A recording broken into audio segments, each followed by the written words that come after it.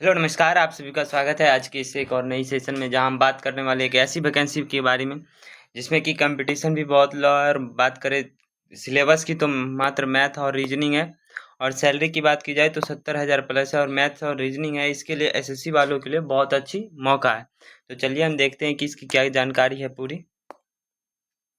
तो सबसे पहले इम्पोर्टेंट डेट्स की बात कर ले तो ये डेट इशू किया गया था 23 तारीख को, 23/8 यानी अगस्त में ही किया गया था। और 14 तारीख को सितंबर में आ गई थी इसकी वेबसाइट पे लिंक।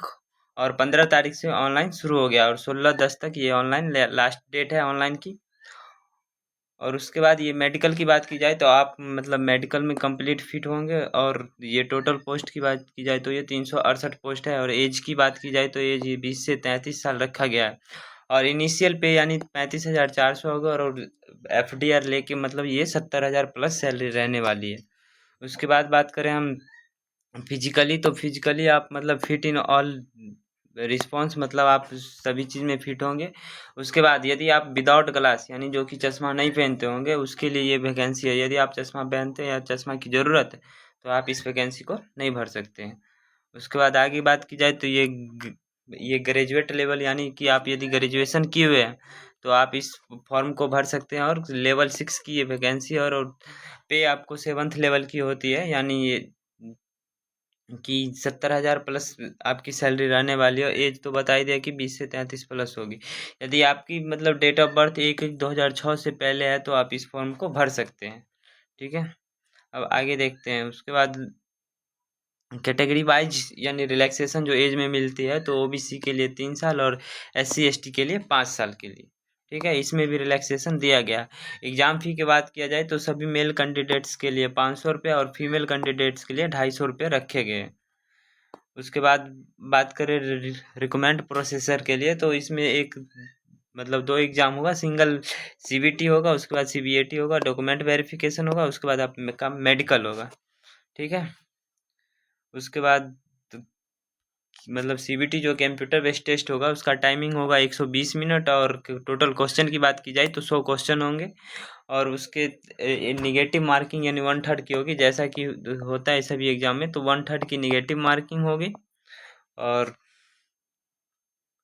उसके बाद सीबीटी के सिलेबस की बात की जाए तो सिलेबस यानी ऑब्जेक्टिव मल्टीपल चॉइस क्वेश्चन होंगे, यानी एक प्रश्न और 4 ऑप्शन जैसे कि आते हैं सभी कॉम्पिटेटिव एग्जाम में। मैथ्स में बात की जाए तो मैथमेटिक्स में आपका रहने वाला है नंबर सिस्टम, रेशियो, प्रोपोर्शन। उसके बाद average, percentage, profit loss, discount, time, speed, distance, power, work, algebra, linear equation, arithmetic progression, LCM, HCF, geometry, area, volume, probability, static जो कि है बेसिक लेवल की रहने वाली है, प्रोबेबिलिटी और स्टैटिक्स। उसके बाद रीजनिंग में डाटा एनालिसिस की बात की जाए तो multiple source data analysis examination. उसके बाद analysis and inference, drawing from test, tabular data and data presented graphically यानी चार्ट। उसके बाद वेन डायग्राम, ये सब रहने वाला है। डाटा अरेंजमेंट, डाटा सफिशिएंट, ये सब रहेगी। उसके बाद सेक्शन लॉजिक कैपेबिलिटी की बात की जाए, ये तो सेकंड सेक्शन है। लॉजिक कैपेबिलिटी में आपका रहेगा binary logic, syllogism, clock, calendar, assumption, blood relation, family tree, solving logic based puzzles. उसके बाद आपका इसी में लॉजिक कैपेबिलिटी में सेक्शन बी में रीडिंग कॉम्प्रीहेंशन रहने वाला है। Reading comprehension, passage would be given, मतलब कि आपको ऊपर एक पैसेज दिया जाएगा, उससे रिलेटिव क्वेश्चन रहेगा जिसको कि आपको ऊपर पैसेज पढ़ के क्वेश्चन का आंसर करना है। ठीक है, और इसमें लॉजिकली स्ट्रक्चर और यही सब रहने वाले हैं। उसके बाद थर्ड जो होगा आपका मेंटली रीजनिंग होगा। अब उसमें एनालॉजी पूछा जाएगा, identifying relationship between two items, यानी कि वो दिया रहेगा और रिलेशन पूछेगा उसके बीच का। उसके बाद कोडिंग डिकोडिंग का क्वेश्चन रहेगा, सेल्फ। उसके बाद रैंक और अरेंजमेंट का क्वेश्चन रहने वाला है। तो एग्जाम पैटर्न की बात की जाए तो ये ड्यूरेशन बता दिया कि 1 घंटा 20 मिनट, सॉरी 120 मिनट करेगा, यानी 2 घंटा करेगा। एनालिटिकल एंड मैथ कैपेबिलिटी की बात की जाए तो वो 60 नंबर की रहेगा। और लॉजिक कैपेबिलिटी की बात की जाए तो वो 20 नंबर का रहेगा। और मेंटल रीजनिंग की बात की जाए तो वो भी 20 नंबर का रहने वाला है, यानी टोटल नंबर ऑफ क्वेश्चंस में यानी 100 रहेंगे। और टाइम आपके लिए 120 मिनट से रहने वाला है, तो अच्छा खासा टाइम रहेगा।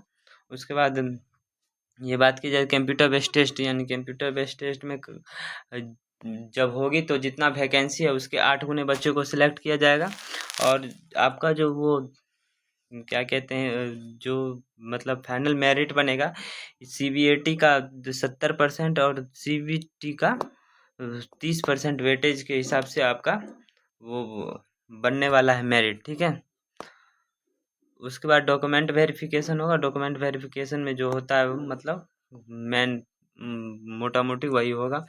उसके बाद बात करें तो यही थी पूरी जानकारी। और इस वैकेंसी की बात करें तो ये वैकेंसी मतलब ये हो गई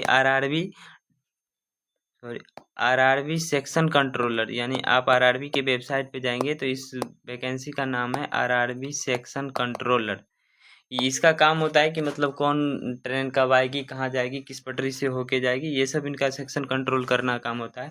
तो एक एक ही ज़बरदस्त वैकेंसी। और एसएससी वालों के लिए तो ये बल्ले बल्ले है, क्योंकि उन एसएससी वालों का तो मैथ्स और रीजनिंग ठोस रहता ही है, तो उनके लिए बहुत खुशखबरी है। तो कैसा लगा ये इन्फॉर्मेशन ज़रूर बताइएगा, और कमेंट में बताइएगा कि ये कैसा रहा इन्फॉर्मेशन, और वीडियो को लाइक करना नहीं भूलिएगा, और चैनल को सब्सक्राइब जरूर कीजिएगा। धन्यवाद।